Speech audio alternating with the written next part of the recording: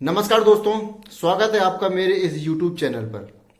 दोस्तों, जैसा कि आपको पता है कि पिछले दिनों हाल ही में मध्य प्रदेश सरकार ने वन रक्षक की जो भर्ती थी, जो नवंबर महीने में होने जा रही थी, उसको अपने पीईबी की ऑफिशियल साइट के कैलेंडर से हटा दिया है।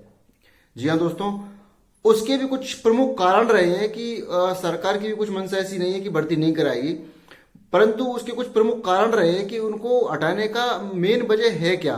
मैंने पीवी ऑफिशियल के कुछ लोगों से बात की है तो पूरा जेट सामने निकल के आया है कि आखिरकार पीवी के कैलेंडर से जेल उप निरीक्षक और वन रक्षक की भर्ती को क्यों हटाया गया है। मैं आज आपको बताऊंगा कि सरकार की ऐसी क्या मजबूरी थी जिसे उसको पीवी की ऑफिशियल साइट से वन रक्षक की भर्ती को अगले साल ट्रांसफर कर दिया, अगले साल उसको पोस्टपोन कर दिया। दोस्तों, वीडियो को अंत तक जरूर देखिए क्योंकि ये वीडियो आपके लिए बहुत इंपॉर्टेंट है।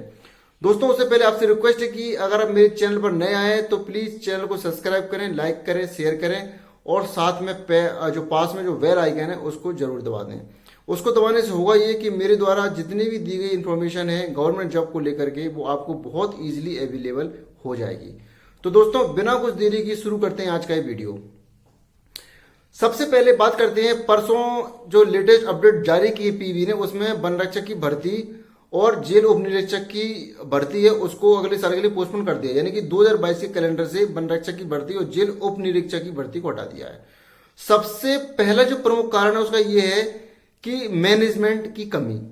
जी हाँ दोस्तों, देखो ऐसा तो है नहीं, वन रक्षक की भर्ती आएगी तो वन रक्षक की भर्ती में कम से कम नहीं तो आप 5.5 लाख या 6 लाख फॉर्म डालने जा रहे हैं। 5.5 लाख 6 लाख तो मैंने बहुत कम बोले, और भी ज्यादा फॉर्म डाल सकते हैं क्योंकि पिछले 5 साल से वैसे कोई भर्ती नहीं आई है। तो इतने सारे फॉर्म डालेंगे तो उनको मैनेज करना बहुत बड़ा रिस्क है पीबी ऑफिशियल के लिए या अपने मध्य प्रदेश सरकार के लिए। रिस्क यूं है दोस्तों क्योंकि उसके बाद दोस्तों उसको मैनेज करना बहुत बड़ा रिस्क है, ये बहुत बड़ा टास्क है।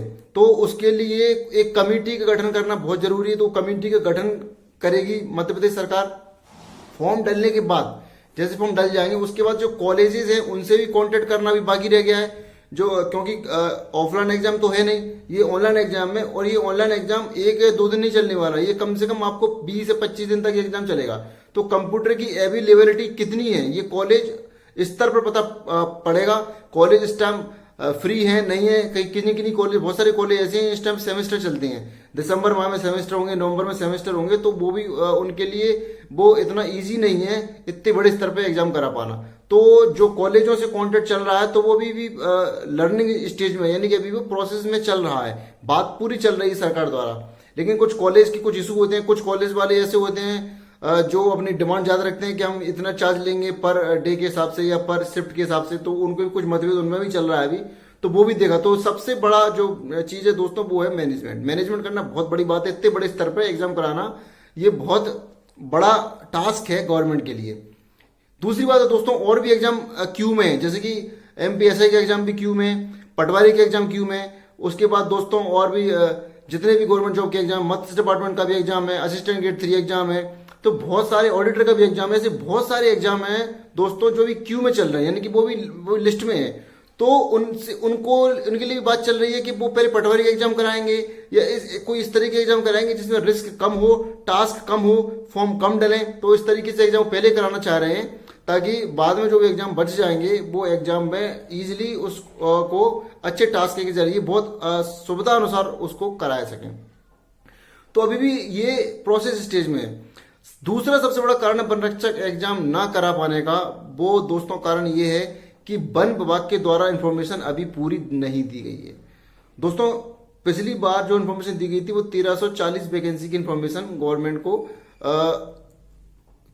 उसने वन विभाग ने दी थी। तो दोस्तों 1340 वैकेंसी के बाद हुआ यूं कि एक तो ये प्रोसेस स्टेज में चली रही थी, तो अगर उस टाइम पे गवर्नमेंट एग्जाम करा लेती, उस टाइम पे गवर्नमेंट जो है वो एग्जाम कराने की कोशिश करती, तो होता यूं कि 1340 वैकेंसी निकलती। उसके बाद क्या है कि अगले महीने वन विभाग में बड़े स्तर पर रिटायरमेंट हुए थे।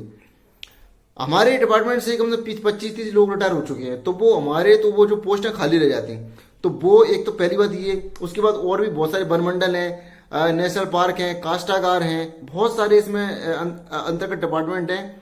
तो उनमें वानिकी के अंतर्गत बहुत सारे कर्मचारी रिटायर भी हुए हैं।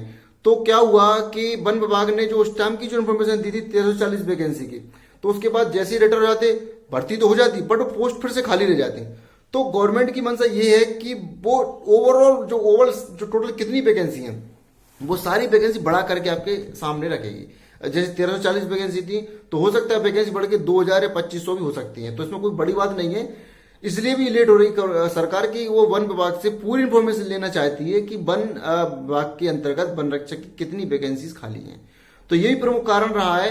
तो वन विभाग जैसी पूरी इंफॉर्मेशन देती है कि टोटल इतनी पोस्ट खाली है तो वो उनको पूरी समअप करके डिस्ट्रिक्ट वाइज सारी की सारी जो वैकेंसीज है विज्ञप्ति है वो समअप करके लास्ट में जारी करेगी कि इतनी वैकेंसी खाली है और इतने पद पर हम नियुक्ति देना चाहते हैं। तो ये आप लोगों के लिए बहुत इंपॉर्टेंट चीज है कि अगर वैकेंसी बढ़कर आएंगी तो बहुत अच्छी बात है, वैकेंसी बढ़कर आने जा रही है और उसके बाद वैकेंसी बढ़ेंगी तो पर आपको ही फायदा है उसमें। अगर 2025 वैकेंसी आएंगी तो हमारे कई भाइयों को जो 1340 वैकेंसी बढ़ के 700-800 वैकेंसी बढ़ रही है तो हमारे कई भाइयों को उससे फायदा पड़ेगा और वो बहुत इजीली जॉब गेन कर सकेंगे।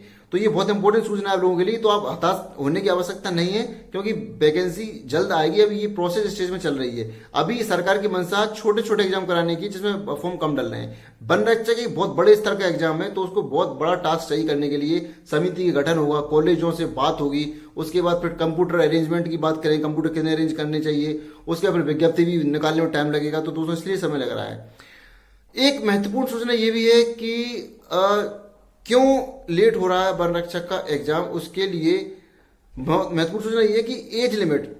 देखो कोरोना का टाइम चल रहा था तो कोरोना के समय हुआ यूं कि एग्जाम कराने जा रहे थे लेकिन उस टाइम पे इतना भयंकर कोरोना पेंडेमिक इतनी ज्यादा फैल रही थी तो बहुत सारे लोग ओवरेज होने की कगार पर थे। तो सरकार की मंशा ये है कि जो नई रूल्स बनाए उस चीज में नए रूल्स एंड रेगुलेशन वो लागू करेगी तो नए रूल्स के अकॉर्डिंग तो उसमें थोड़ा टाइम लगता है। तब कोई कमेटी गठित होती है तो उसमें समय लगता है रूल्स को डिसाइड करने का हम एज की लिमिट कितनी रखें।